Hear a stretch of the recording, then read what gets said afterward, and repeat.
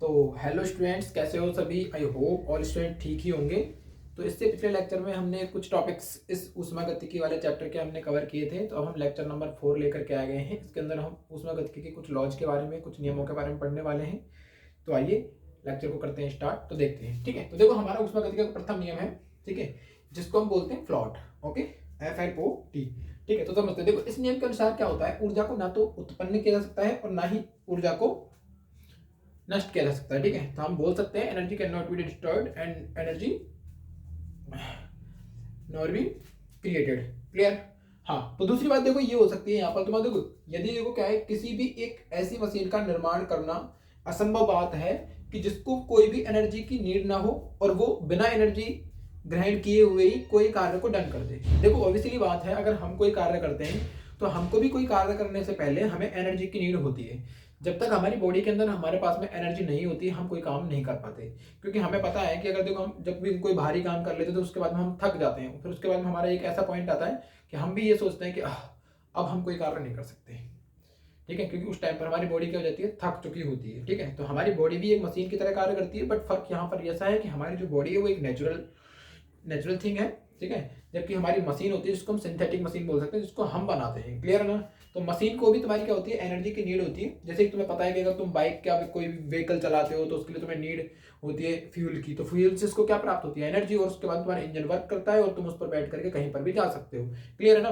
हाँ, तो यहाँ पर देखो, एक ऐसी मशीन का निर्माण असंभव है जो बिना ऊर्जा ग्रहण किए कोई कार्य संपन्न कर सके, ठीक है। तो देखो अब हम यहाँ पर क्या करते हैं, जो हमारा ऊष्मागतिकी का जो प्रथम नियम है इसका हम गणितीय विश्लेषण करेंगे, ठीक है। फिर गणितीय नियम का हम गणितीय रूप में इसका करेंगे, गणितीय रूप में इसको देखेंगे, ठीक है। तो देखो इसका केस फर्स्ट क्या कहता है, देखो हमने क्या किया, माना किसी निकाय की आंतरिक ऊर्जा E1 है, ठीक है। दूसरी बात, जब इसे Q ऊष्मा दी जाती है तथा इस पर W कार्य किया जाता है तो इसकी आंतरिक ऊर्जा बढ़ करके E2 हो जाती है, ठीक है। सपोज दैट, देखो हमारे पास में कोई निकाय है, ठीक है। ये इसके अंदर वाला है, वो निकाय है, और इसको मैंने कोई, ठीक है, इसकी तुम्हारी ऊर्जा थी वो पहले E1 थी, ठीक है। मैंने इसको ऊष्मा दी Q, ठीक है, ठीक है। और दूसरी बात देख क्या हुआ था, इस पर W कार्य, और मैंने इस पर कोई कार्य भी किया, कार्य W कर दिया। जब मैंने इसको ऊष्मा दी Q और W इस पर कोई कार्य किया मैंने, तो उस टाइम पर जो इसकी E है वो किस में बदल गई, E2 में, मतलब E2 बन गई। क्लियर है ना। जब ये दोनों इसमें क्या हो गए, ऐड हो गए, तब उस जाकर के हमको क्या मिला, E2। तो मैं ऐसे बोल सकता हूँ कि जो E2 है वो हमारे पास में हो गया, E2 इज इक्वल टू, सबसे पहले क्या था, E1 प्लस इसको हमने क्या दिया, एनर्जी दी हमने Q, ऊष्मा दी, और तुम्हारे क्या दिया, इस पर हमने कोई कार्य किया W। तो ये ऐसे हो गया। क्लियर है। अब देखो इस E1 को मैं अगर इधर लेके आता हूं तो ये हो जाएगा E2 माइनस के E1 इज इक्वल टू, यहां पर हो जाएगा Q प्लस W। क्लियर है। अब तुम्हें पता, देखो E2 माइनस के E1, अब तुम्हें बता देखो कोई फाइनल पॉइंट माइनस तुम्हारा इनिशियल पॉइंट जब होता है तो उसको हम बोलते हैं उसका अंतर, और उस अंतर को हम दिखाते हैं डेल्टा से। तो ये हो जाएगा delta E is equal to, ये हो जाएगा Q प्लस W, ठीक है। ये तुमने पहले भी पढ़ चुके हो तुम, ये ठीक है। तो देखो एक्चुअली तुम्हारी ये सिचुएशन बन गई अपने पास, ठीक है। मैं इसको बना सकता हूँ इक्वेशन नंबर फर्स्ट, मैंने इसको इक्वेशन नंबर फर्स्ट नाम दे दिया। अब ऐसा हो सकता है कि जो ये परिवर्तन है ये बहुत माइनर सा हुआ हो, बहुत अल्प मात्रा में हुआ हो, ठीक है। तो हमारा जब ये अल्प मात्रा में होगा तो हम इसको लिखेंगे DE is equal to DQ plus DW। Clear है। ये है हमारा इसका पहला केस, स्थिति फर्स्ट है ये। लेकिन ऐसा भी तो हो सकता है कि चलो इसकी स्थिति दूसरी भी लिखवा देता हूँ साथ के साथ ही, है कि नहीं। ये देख लो स्थिति दूसरी, यहां तक लिख लेना वीडियो को पॉज करके।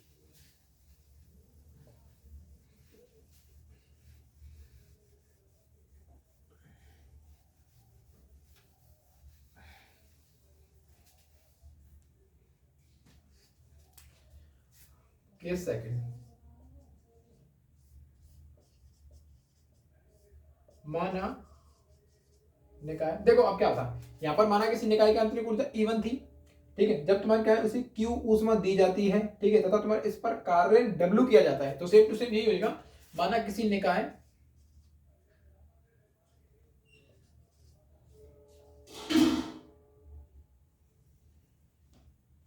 एक मिनट इसको लिख देता हूं।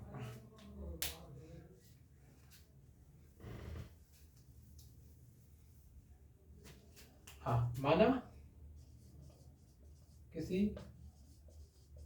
निकाय की आंतरिक ऊर्जा E1 है तथा इसे Q ऊष्मा दी जाती है। ठीक है, अब देखो हमने इसको क्या किया, इसकी कोई जो आंतरिक ऊर्जा थी वो E1 थी, लेकिन हमने इसको क्या करा, कोई एक ऊष्मा दे दी हमने Q। ठीक है, तब निकाय द्वारा W कार्य किया जाता है। अब देखो यहां पर सिचुएशन क्या थी, केस फर्स्ट के अंदर देखो इसको हमने W कार्य, देखो इस पर W कार्य किया जाता है तो इसकी आंतरिक ऊर्जा बढ़ करके E2 हो जाती है। क्लियर है ना? तो यहां पर भी तुम्हारा क्या है, तो इसकी आंतरिक ऊर्जा है, इसकी आंतरिक ऊर्जा E2 हो जाती है। लेकिन अब देखो कैसे होएगी, एक्चुअली क्या था, देखो यहां पर हमारा ये था, सिचुएशन ये थी E2 इज इक्वल टू, देखो E1 पहले से थी, उसको Q हमने दिया, लेकिन हमने यहाँ पर W कार्य किया था किसके ऊपर, उस निकाय के ऊपर, इस निकाय के ऊपर किया था हमने W कार्य। ठीक है, लेकिन यहाँ पर क्या है, कार्य निकाय के द्वारा किया जा रहा है, किसके द्वारा किया जा रहा है, निकाय के द्वारा, तो यहाँ पर W माइनस में होएगा। ठीक है, हाँ तो ये देखो इसको इधर लेके आऊंगा तो ये वापस से तुम्हारा E2 माइनस के E1 is equal to Q minus के W हो जाएगा। इन दोनों को हम लिख देंगे, ये चेंज है, अंतर है, तो इसको हम बोल देंगे delta E is equal to ये हो जाएगा Q माइनस के W। क्लियर है ना? तो ये हमारा इक्वेशन नंबर 2 हो जाएगा।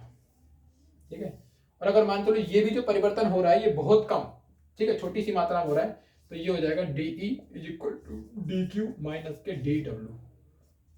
समझ में आई बात? ये तुम्हारे स्थिति सेकंड हो गई। चलो पहले इसको राइट करो फिर आगे मूव करते हैं। चलो लिखो, समझ में आएगा?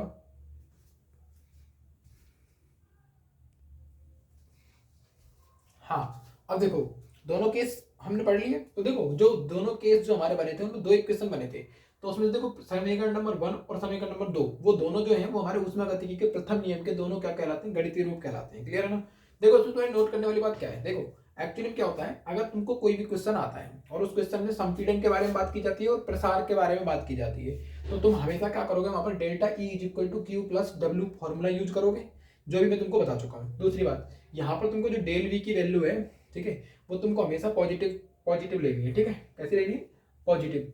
दूसरी बात देखो, अगर तुमको संपीड़न के लिए बात करता है तो संपीड़न के लिए तुम हमेशा W is equal two plus P delta V use करोगे, और अगर तुमको प्रसार की बात की जाती है, तो प्रसार का मतलब बिखरने की बात की जाती है, तब उस टाइम पर तुम्हारे W यानी कार्य की जो बात होगी वो तुम्हारा नेगेटिव के P डेल्टा V होगी। और अगर तुम्हारा संपीड़न यानी बिचाव, जानते हो संपीड़न, जैसे हमारे सिलेंडर के अंदर गैस को हम भरते हैं, तो उसमें संपीड़न होता है, मतलब उसको कंप्रेस करते हैं हम। ठीक है, तो जब भींचने वाली बात आती है या फिर तुम्हारे कंप्रेशन की बात आती है, तो उस टाइम पर तुम W पॉजिटिव का डेल्टा B यूज करोगे। ठीक है, delta B, P delta B, ठीक है, P into delta B use करोगे। तो देखो यहाँ पर एक क्वेश्चन आता है, जब तुमको क्वेश्चन दिया, देखो एक निकाय को 100 कैलोरी ऊष्मा देने पर निकाय के द्वारा 300 जूल कार्य किया जाता है। ठीक है, तो आंतरिक ऊर्जा में परिवर्तन ज्ञात करो। क्लियर है? तो इस तरीके का आपका क्वेश्चन अगर देखने के लिए मिलता है तो आप कुछ नहीं करोगे, देखो अपने पास में फॉर्मूला क्या है, delta E is equal to Q plus W, ये क्वेश्चन है। क्लियर है ना बात? दूसरी बात देखो, यहां पर delta E is equal to Q minus W हम यूज करेंगे। क्यों यूज करेंगे? देखो एक्चुअली में हम यूज क्यों करेंगे, देखो यहां पर क्या है, निकाय को हमने इतनी ऊर्जा दी, ठीक है, और देने पर निकाय के द्वारा इतना कार्य किया जा रहा है, तो जब निकाय के द्वारा कार्य किया जाता है तो वहां पर W नेगेटिव होता है। मैंने तुमको दोनों केस बताए हैं। ठीक है, जब निकाय पर कार्य करते हैं हम, ठीक है, आउटर साइड से यानी बाह्य क्षेत्र से जब हम उस पर कोई कार्य करते हैं तब तुम्हारा W किसका होता है, पॉजिटिव। जब निकाय के द्वारा कार्य किया जाता है तब W नेगेटिव होता है। तो यहाँ पर कार्य किसके द्वारा किया जाता है, निकाय के द्वारा जा रहा है, ठीक है, किया जा रहा है। तो यहाँ पर देखो आंतरिक ऊर्जा में परिवर्तन जो होगा वो डेल E, यही परिवर्तन होता है डेल्टा E, इसी को तो हम बोलते हैं डेल्टा E इक्वल टू हमारा E2 माइनस के E1। ठीक है, यही तो परिवर्तन है उसके अंदर, और इस परिवर्तन को लिखते हैं हम डेल्टा E से। क्लियर है ना? बात समझ में आ रही है? तो डेल्टा E इक्वल हो जाएगा Q माइनस के W। कंप्लीट। तो अब देखो यहाँ पर Q, अब हमको Q की जरूरत पड़ेगी, तो हम एक काम करते हैं, पहले Q की वैल्यू फाइंड कर लेते हैं। ठीक है, अब देखो Q की वैल्यू हम फाइंड कहाँ से करेंगे, Q की वैल्यू हमको दी है, देखो उन्होंने क्या दिया, Q की वैल्यू दे रखी है यहाँ पर 100 कैलोरी, ये 100 कैलोरी दे रखा है। जब इसको तुम जूल में कन्वर्ट करोगे तो तुम्हारे जूल में कन्वर्ट करोगे तो 100 इंटू जूल में कन्वर्ट करने के लिए 4.2, ठीक है, 4.2 से गुणा कर दोगे तो तुम्हारा जूल में आ जाएगा। ठीक है, जूल, ठीक है, तो तुम्हारा ये हो जाएगा Q is equal to 2 zero है ना, तो ये हो जाएगा 420 जूल। ठीक है, ठीक है, 420 जूल आ गया एनर्जी। ठीक है, जो तुम्हारी कौन सी तुमने बाहर से दी थी ना ऊष्मा, ठीक है, वो तुम्हारी कितनी आ गई, 420 जूल आ गई। तो बताइए 1 कैलोरी के अंदर 4.2 जूल होता है। ठीक है, तो यहाँ पर इसको अगर जूल में कन्वर्ट करोगे तो तुम इसको ऐसे करोगे, 4.2 से गुणा कर दोगे। हाँ, अब देखो तो यहाँ पर क्या होएगा, अब देखो ऊष्मा देने पर निकाय द्वारा किया गया कार्य कितना है तुम्हारा, ये रहा 300 जूल। ठीक है, अब देखो 300 जूल तो कुछ नहीं करना तुमको, देखो delta E is equal to Q की वैल्यू कितनी है तुम्हारे पास में 420 माइनस डब्ल्यू कितना किया गया 300 जूल, 300, तो delta E is equal to हो जाएगा 120 जूल। ठीक है, ये तुम्हारा क्या होएगा, उसका आंसर होगा। ठीक है, तो आपको समझ में आ गया होगा क्लियरली। चलो इसको नोट डाउन करो, फिर स्टेप के 1-2 क्वेश्चन और करते हैं।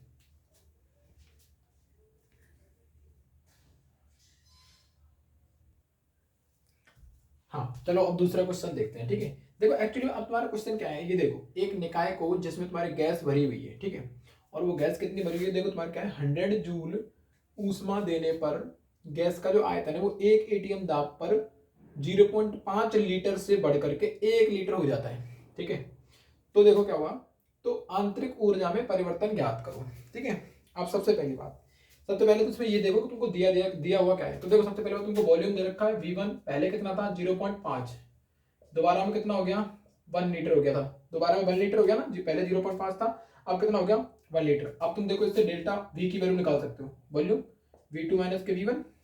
ठीक है, कितनी हो जाएगी डेल्टा V की वैल्यू, 1 माइनस के 0.5 करोगे तो डेल्टा V की वैल्यू आ जाएगी तुम्हारी 0.5। ठीक है, हाँ अब एक्चुअली देखो तुमको यहाँ से डेल V की वैल्यू मिल चुकी है ना। अब मैंने तुमको बताया था कि जब तुम्हारे संपीड़न की बात होती है तो संपीड़न के लिए तुम यूज करते हो W is equal two plus के पी डेल्टा बी, है ना। तो सबसे पहले हम एक काम करते हैं, W की वैल्यू याद करते हैं। देखो कैसे, देखो ये P की वैल्यू कितनी है तुम्हारे पास में, देखो P तुम्हारा 1 प्रेशर दे रखा है, 1 एटीएम दाब दे रखा है, इंटू डेल V की वैल्यू ये आ गई 0.5। ठीक है, तो ये निकल कर आ जाएगा तुम्हारा W is equal to 0.5 atm into litre मान लो ना, ऐसे क्लियर है। हाँ लेकिन अब देखो संपीड़न जब होता है तो उसके लिए हम पॉजिटिव का यूज करते हैं, पॉजिटिव का P प्लस, हाँ पॉजिटिव का P into del V, clear है ना बात। हाँ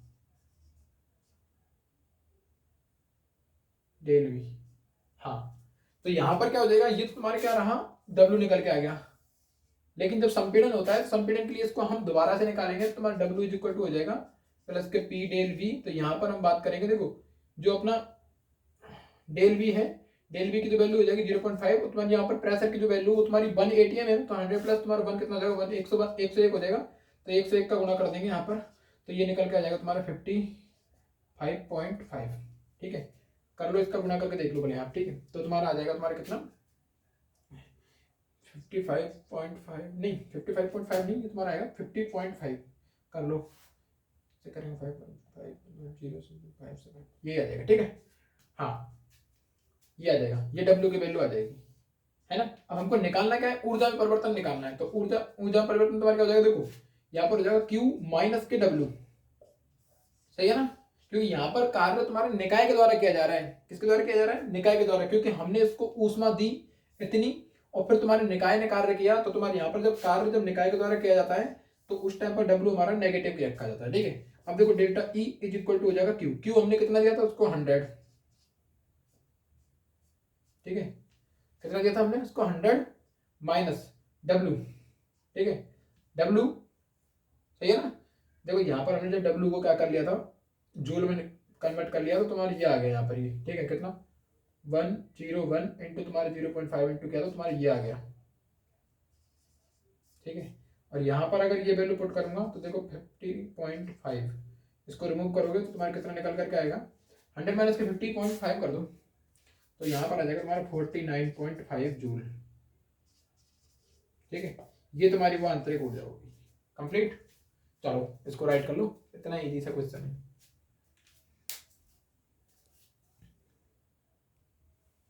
हाँ चलो एक दो टॉपिक और देख लेते हैं इसकी थ्योरेटिकल। देखो एक्चुअली में सॉरी, देखो आंतरिक ऊर्जा क्या होती है, ठीक है। तो देखो एक्चुअली में आंतरिक ऊर्जा कुछ भी नहीं है, बहुत छोटा सा टॉपिक है। देखो प्रत्येक पदार्थ की एक निश्चित मात्रा के साथ होता है, ठीक है। यानी तुम्हारा क्या है, जो प्रत्येक पदार्थ है, ठीक है, प्रत्येक पदार्थ है, ठीक है, एक निश्चित मात्रा के साथ में होता है, ठीक है। तो बताइए कि तुम्हारा अगर कोई पदार्थ है, ठीक है, तो वो क्या होता है, पदार्थ एक निश्चित ऊर्जा की, हाँ ऐसा होता है। देखो समझो एक्चुअली क्या होता है कि तुम्हारा कोई भी पदार्थ है, ठीक है, वो तुम्हारा क्या होता है, ऊर्जा की एक निश्चित मात्रा के, ठीक है। तो ऐसे लिखो यहाँ पर, कोई भी पदार्थ या प्रत्येक पदार्थ ऊर्जा की,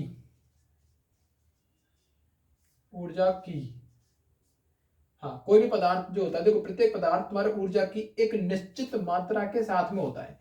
तो ऊर्जा की यह मात्रा, देखो एक्चुअली तुम्हारा क्या है, मैं यहाँ पे खड़ा हूँ, ठीक है, तो यहाँ पर इसका मतलब ये नहीं है कि मैं यहाँ पर सिर्फ खड़ा हूँ, तो मेरे अंदर कुछ ना कुछ ऊर्जा भी है, ठीक है। तो यहाँ पर क्या है, देखो प्रत्येक ऊर्जा है वो, देखो प्रत्येक पदार्थ है वो एक ऊर्जा की एक निश्चित मात्रा के साथ में होता है, और ऊर्जा की यह मात्रा उसके टेम्परेचर, उसके प्रेशर यानी दाब, टेम्परेचर यानी ताप, एवं रासायनिक प्रकृति पर निर्भर करती है। और इस ऊर्जा को ही हम उसकी आंतरिक ऊर्जा कहते हैं। तो इसे ई या फिर यू से प्रदर्शित करते हैं, ठीक है। तो ये बात समझ में आ गई होगी। अब देखो किसी भी पदार्थ की आंतरिक ऊर्जा उसमें निहित समस्त ऊर्जाओं का योग होता है, सही है।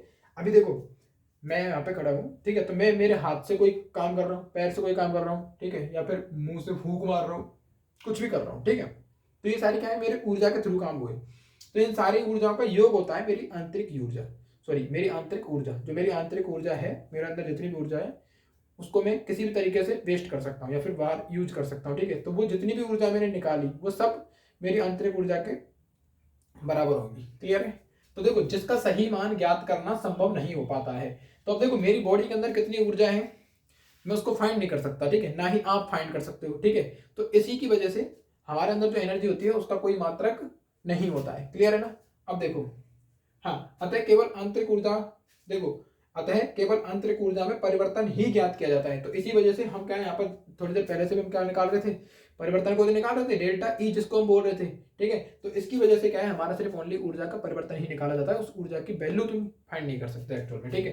तो ये देखो एंथैल्पी। अब दूसरा टॉपिक तुम्हारा एंथैल्पी है, देखो जिसको हम पूर्ण ऊष्मा भी बोलते हैं या फिर अंतर्निहित ऊष्मा भी बोलते हैं। तो देखो रसायन विज्ञान में सामान्यतः सभी प्रक्रम जो होते हैं वो स्थिर दाब पर ही संपन्न होते हैं, क्योंकि प्रयोगशाला में अधिकतर प्रक्रम खुले पात्रों में वायुमंडलीय दाब पर संपन्न होते हैं, ठीक है। तो हम देखो जो प्रयोगशाला में जो हम क्या करते हैं, कोई भी अगर हम प्रैक्टिकल करते हैं, ठीक है, या फिर तुम्हारे क्या करते हैं, कोई भी प्रक्रम को करते हैं, तो वो हमारे क्या होते हैं, खुले पात्रों में और वायुमंडलीय दाब पर संपन्न होते हैं, ठीक है।